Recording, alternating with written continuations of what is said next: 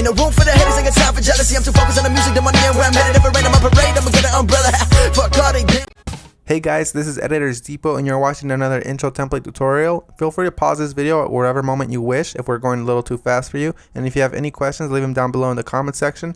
We always reply to every single comment, and if we're away for a minute, just go ahead and comment down below, and there's very friendly people that will help you, guaranteed. It's important to remember that this is a pre-made tutorial that we've carefully selected and approved because we noticed that it works the exact same way.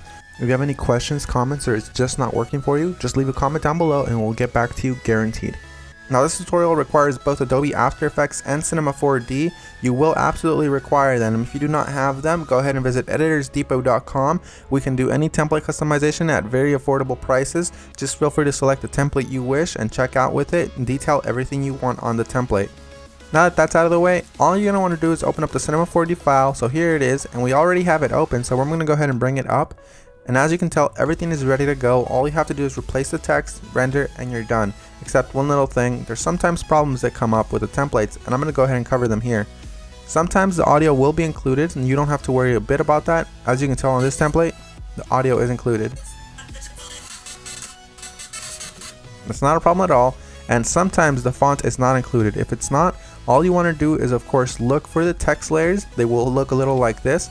Select it and then hit font and select any font you wish. You can visit DesignerDepot.net for any font you wish. The first thing you want to do is of course modify one of the text layers. So here it says your. I'm going to go ahead and hover the text after I select it and replace it with editors. I'm going to do the same thing for the second layer behind that one. I'm going to hover the text and write editors. Now that that's done, I'm going to go ahead and render preview. And as you can see, it says editors, everything is 100% fine. You do the exact same thing for the bottom layers. I selected both at the same time. I'm going to replace it with Depot. Once I go ahead and render preview, it looks amazing and I'm happy with it. I'm 100% happy with the colors because it's red and Editors Depot is red. But if you're not happy with the colors, you can simply come down below, double click it, and make any modifications you wish. Whether it's make it green, make it blue, or blend it all together and make a little purple. I'm going to go ahead and keep it this way, and I'm going to go ahead and go to my render settings now. Once you're in the render settings, you're going to want to make sure that your width and height is set to 1920 x 1080 if you have a very good computer or decent computer and you have time. If you have a slow computer and you probably don't have that much time, you make sure you set it 1280 by 720. You want to make sure you tick all frames, and then you go to save. You make sure it has a PNG sequence for a faster render that does not reduce quality at all.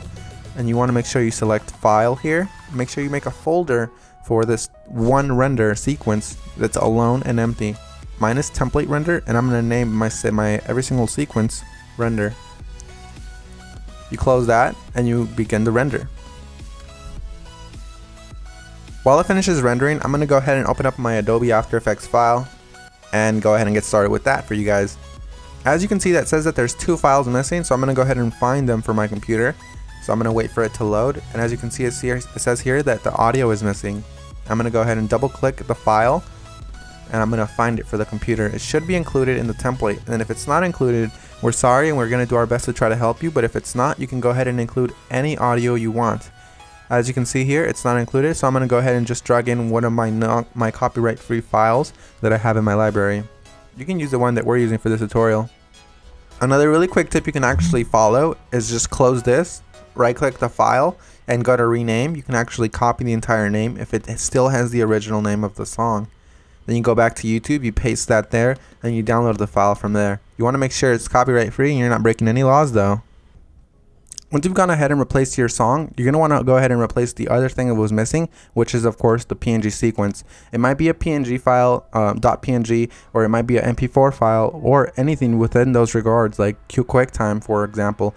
You're going to go ahead and double click it and replace it with your render sequence. I'm going to select the first frame, scroll all the way down just to be safe, and select the last frame. You want to make sure you do the same thing, all while holding shift, so it selects every single one. You make sure you tick on sequence here where it says PNG sequence. You should have that option for Windows as well. You hit open and it will import every single one and it'll make it look like a video. That makes your render much faster and it looks the exact same. So we're 100% done. Assuming you have every single one of the plugins required, you're 100% done, and if you don't, you're gonna have a black screen similar to this. But if you do have a black screen similar to this, you're gonna just want to make sure you troubleshoot it by turning off or turning back on whatever adjustment layers might be messing up your entire video. As you can see here, all of the adjustment layers, one of them within these messed up the entire render, so I'm gonna go ahead and turn them on one by one. That one's fine, that one's fine. This one's the problem here. So you make sure you turn them back on and you're done. So I had one layer that messed everything up, and that's because I do not have the correct plugin. You want to make sure you fix that, and you want to make sure you don't run into that problem again. And finish the composition by adding it to the media encoder queue. That pretty much summarizes our video, guys. I hope you all enjoyed it, and if you did, remember, drop a thumbs up if you liked it. Drop a thumbs up if you are a fan of us and you like what we're doing. And guys, we really appreciate every single one of you from the bottom of our hearts. We really appreciate every single one of you guys, whether you're liking this video, disliking, or you just left and you didn't even watch this tutorial, guys. Hope you all have an amazing day, and as always, this is Maurice. Visit EditorsDepot.com for any customization of templates, and have an amazing day. Take care, guys.